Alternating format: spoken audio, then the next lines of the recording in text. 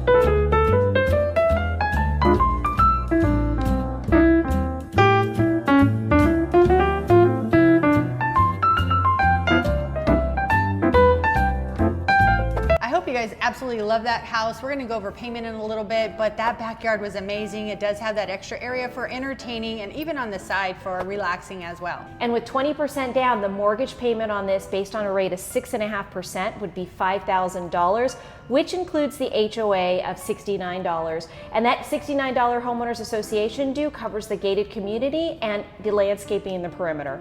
So for that price, with this amount of property, it's a great location as well. You're right close to the 215 freeway. There's grocery stores, there's the hospital. Everything is so centrally located with this property. You're absolutely gonna love it. So let's go ahead and recap. This property has 4 bedrooms, 4 bathrooms, and a beautiful backyard. You're absolutely gonna love this, especially with the bar here for entertaining inside, and it's open to the kitchen. It's a great home for you and your family. So if you wanna know more information about this, our information is right here. You can call us, text us, email us, however you wanna get a hold of us. We are here to help you in any way possible. And with that said, you guys make it a blessed day.